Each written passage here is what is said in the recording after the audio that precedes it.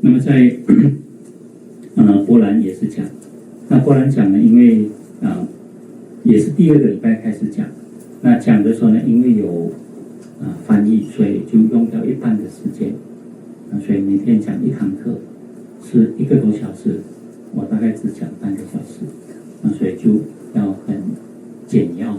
那这些资料你们都可以在网上现在看到的，我们有4篇中文的，1篇英文的，已经上网了。那个时候因为有空主法师在处理，他就找了这个上海的这个佛友，他很快就笔录了，然后他就跟他编辑一下，润笔一下，就放上网。那么因为第1篇他觉得蛮重要的思想的部分，顺便再把它翻译成英文，讲顺便是很方便的句就过了，那花了很多时间在做这个工作。那么在那边呢，我谈到前面的部分呢，都是讲一些修行的，然后再进入到这个禅法就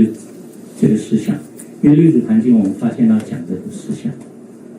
实际用功的方法呢很简单，怎么用功？做禅，他又没有讲怎么做，然后讲用功的方法是什么？禅定，怎么禅定？他也没有讲，他也是理的，都讲理呢。那这个情况呢，我们要了解。如果我们回到佛陀那个时代，也发现到佛陀对弟子说法的时候呢，如果他只说理的，就是那些弟子程度非常好。那么这个所谓程度好呢，不是理上面的程度好，是修行的程度好。那么理方面的这个条件也很具足，两方面都具足的时候呢，那么我们这些最高明的老师，他就单刀直入，然后就直接切入这个要害，把最中心的部分讲出来，所以他们一听，马上就能够开悟。佛陀对他几个大弟子说法的时候，我们知道他说的最简单的就诸法因缘生，诸法因缘灭。他的5比丘听了诸法因缘生因缘灭，也开悟了。那个舍利佛目犍连听了诸法因缘生因缘灭，也开悟了。那我们也听了因缘生因缘灭，我们就不开悟。就是因为他们已经具备很好的条件。那从这里呢，我们也发现了一个情况，佛陀那个时代，我一直觉得六祖，然后到六祖下来的几代的弟子，他们那个状况跟佛陀那个时代有很多相似的地方。就说这些来学的人，佛陀的弟子里面呢，他们来学的人，他们在其他教派的思想里面已经有很深入的了解，然后甚至呢禅修的功夫都很好的。所以佛陀在教学里面呢，我们没有看到他对这些弟子说来打坐什么入定盘腿，然后怎么调气质调身调气，都没谈这些。因缘生因缘灭讲完了，那就这些弟子听完了以后就知道佛陀讲什么。因为当时呢，在印度的思想都是有一个我，不管这个我是最内在的真我，还是最外在的这个梵我，都一定有一个我，而且认为只有这个我才能够解脱。那佛陀呢，最根本的就是破这个我，不管你最内在最外在的我，全部一概破完，因为这些都是知见上的错误。所以知见上的错误呢，只要你一转过了就是了。所以一念之间，如果你是执着于我的，佛陀告诉你因缘生因缘灭，所以无我，你一定对是无我，你转过来就悟了。但是你要能够到这个程度，是你的身心的状态已经达到那种很深、很安定、很清明，然后对这个理呢，我的这个理很了解。所以当佛陀讲因缘生因缘灭的时候，直接破掉这个我见。他不是破掉这个我，是破掉这个我见。也就是说你在思想上、知见上有个错觉，所以你一直抓住它，那你就流转生死，把这个一破了以后，全部就解决了。所以开悟启示呢，就是一个迷和悟之间就是一个念而已，那一念转过来就过了，转不过我们就转不过。为什么转不过呢？因为太多杂染，太多东西站在我们的那个一念之间啊，我们那一念起来都杂染的念，怎么转都转不过去。所以要怎么办呢？就要修，修到你那些杂染的那些念全部清理到没了，这句话一进来，你马上就悟了。所以这种状态，所以你看佛陀，但是佛陀因为他讲学的时间很长，而且佛陀度的弟子范围非常的广，从根本没有接触到佛法的，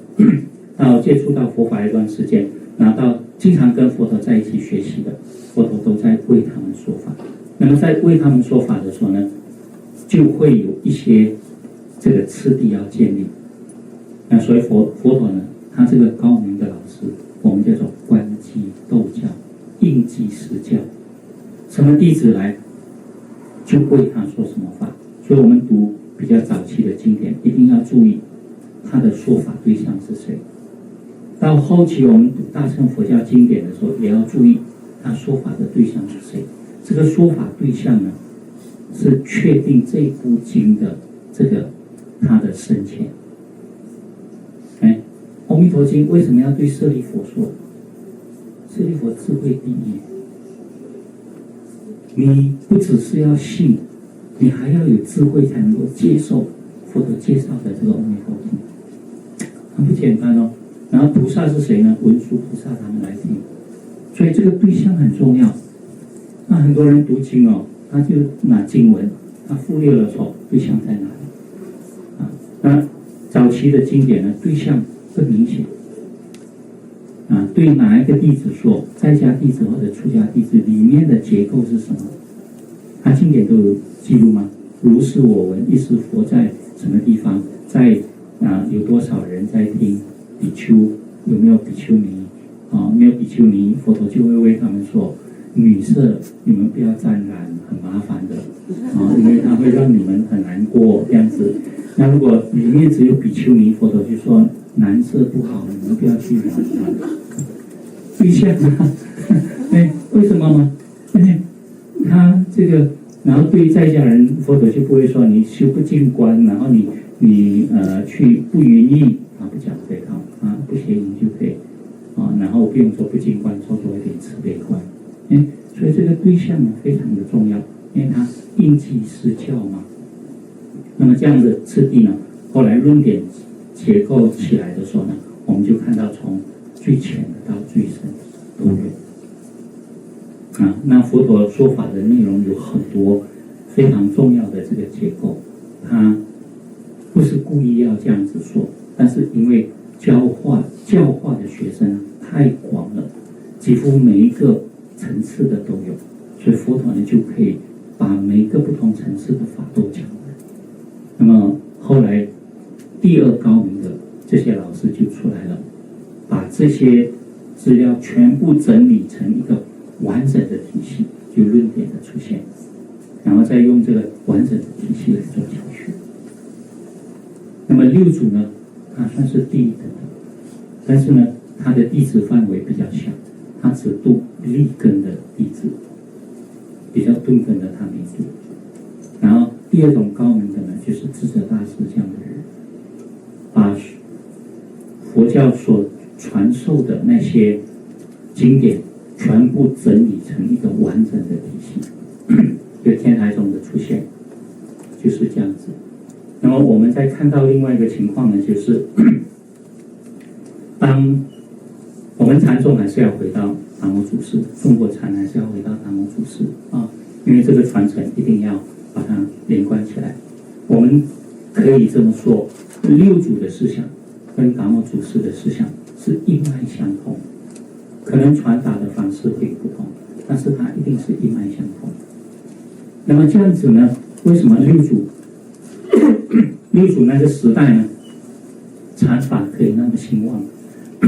他有那么多的弟子可以跟他学习。我们看他们的背景一下啊，六祖的时代是唐代，中国已经统一了，然后这个统一呢还是大一统，然后里面的文化意识，包括佛教的这个思想，佛教的文化传承达到了一个非常的高峰。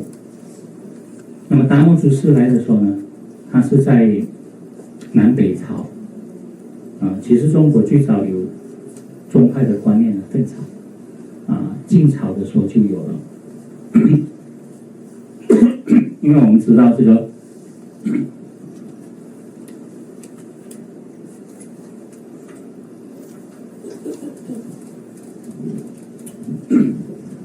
我们所谓的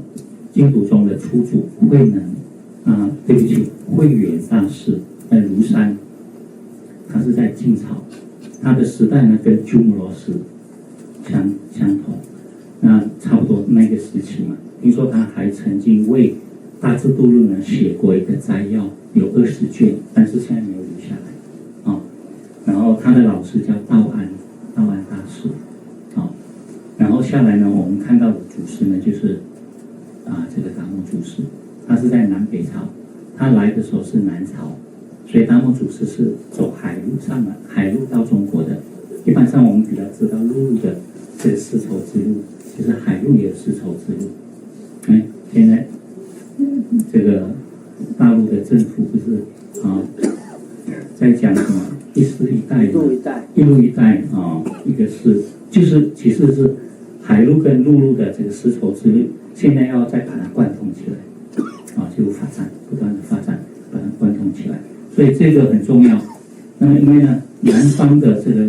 丝绸之路呢虽然丝绸的部分没有那么多，香料的部分比较多，北方就丝绸比较多，但是我们还是说是丝绸之路，因为就是中国跟对西方的那个陆路的，就是交通的这个贯通商业的这个贯通，它是从海路上来所以上来的时候，他就在南朝。南朝呢，那个时候最重要的一个皇帝叫梁武帝嘛，在南京，当时叫金陵南京。那去见面的时候呢，我们就可以看出那个很有趣。那《坛经》里面有讲那个故事大家耳熟能详嘛，所以那就去了。皇帝一听到哇，这个西方来了，我们中国人总是崇拜西方印度也是西方西方来的哇，有一个大师赶快叫他来请他到皇宫来，然后见了面，这个我们的梁武帝就在那边炫耀了嘛我做了多少做了多少，然后就问他有什么功德，我们就开玩笑说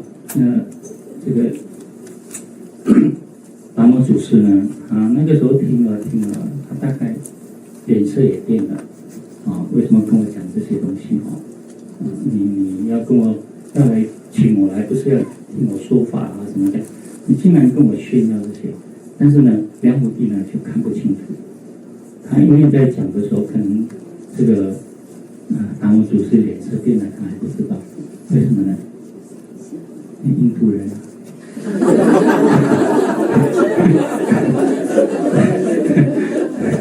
他还讲得很得意又说又不虚所以他问他有什么功德我这个达摩祖师说没有功德后来他一桶冷水哇，你竟然跟我讲，我做了那么多事没有功德，好，我就跟你讲这个更深的道理什么是第一义谛圣地第一义嘛？什么你就会讲罢了吗？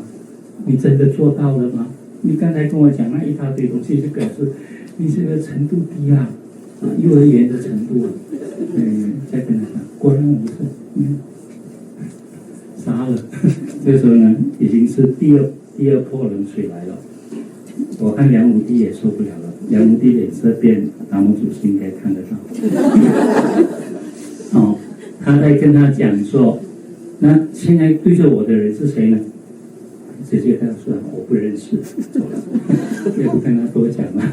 这个时候大概梁武帝也留不下他了当然还有一些故事了，说后来梁武帝呢知道说，原来达摩祖师是观世音菩萨的化身因为另外一个傅大师告诉他的，也是他的国师，哇，快点要把他请回来，人家跟你讲观世音菩萨化身，你才要请回来那个老师，那个傅大师就跟他讲，你请全国的人都请不回来了。果然达摩祖师就北上了嘛，就到这个少林寺去了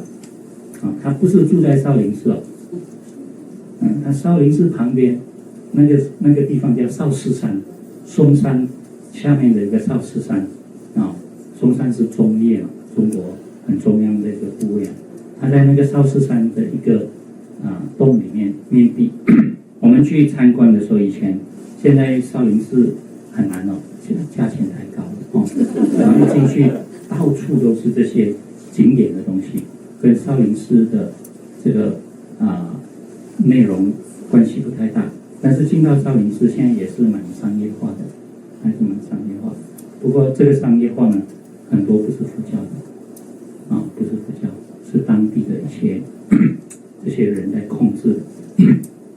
我们到那个山洞去，我们有去，他们叫达摩洞听说还有他的影子在那个岩壁上面我是去怎么也看不到我这个眼睛都不利了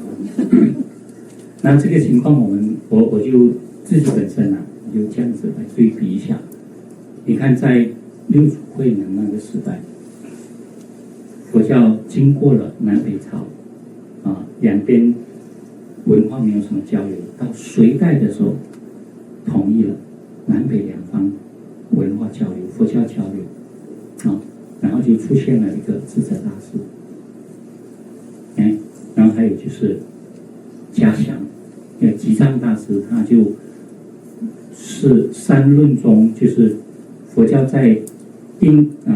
中国传承里面的中观学派的这个三论中，他就是集大成，然后也是殿军人物，就是最后一个了，他后面就没有什么传承了。那么智者大师呢，他对这个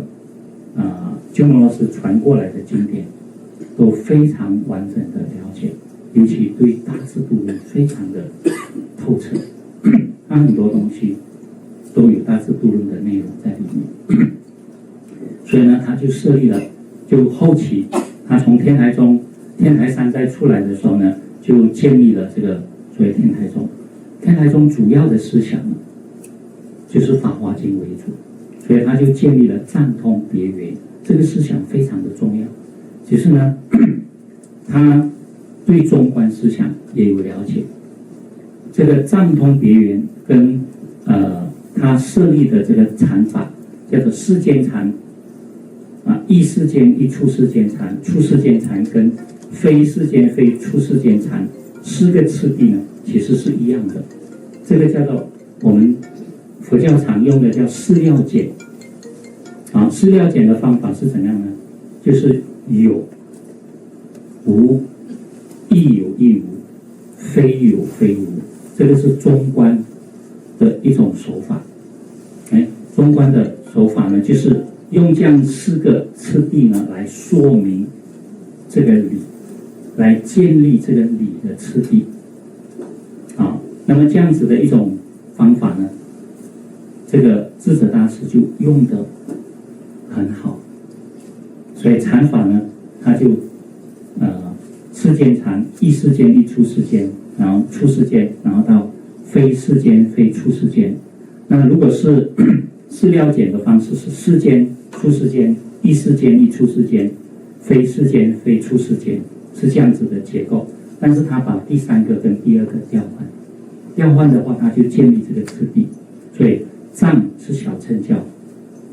藏通别圆，藏是小乘教，别教是大乘教，圆教就是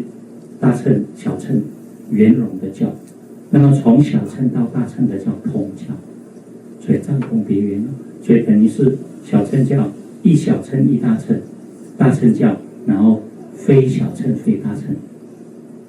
如果我们这样子看它藏通别圆的结构就是这样。那么这样的一种方法呢，对来判这个整体的佛教就非常清楚了。这个次第就建立起来，所以禅法是这么建立，